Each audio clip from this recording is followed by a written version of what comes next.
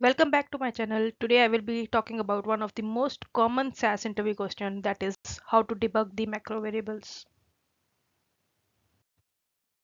Let's start with mprint first. Mprint translates the macro language to regular SAS language. It displays all the SAS statements to the result macro code. Taking an example of this code where we are running this macro, we will see that in log, mprint displays all the SAS statements of the result macro code. Here we can see that in the log it is mentioned that how the macro variables of input and output are being resolved. Next is mlogic. Mlogic option will display how the macro variable is resolved each time in the log file as true or false. It is very helpful when we deal with nested macros, that is, macro inside another macro.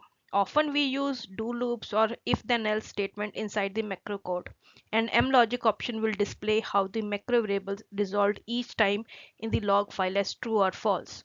Here if we can see the macro variable I, which is getting iterated from 1 to 9, we are seeing how it is resolved and whether it is true or false on each iteration.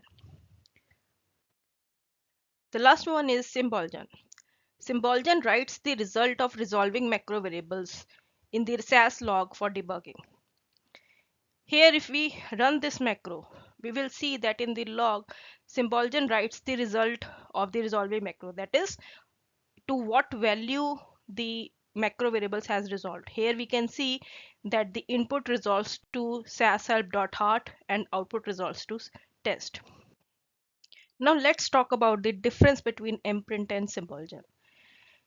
Mprint option prints all the statements within the macro, not just the macro variables, whereas Symbolgen prints only the result of macro.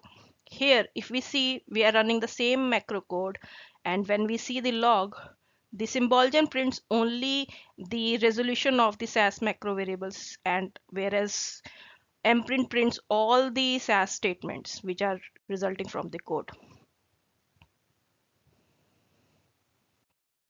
That's all for on this topic. Thanks for watching. Let me know in comments if you want me to cover any topic.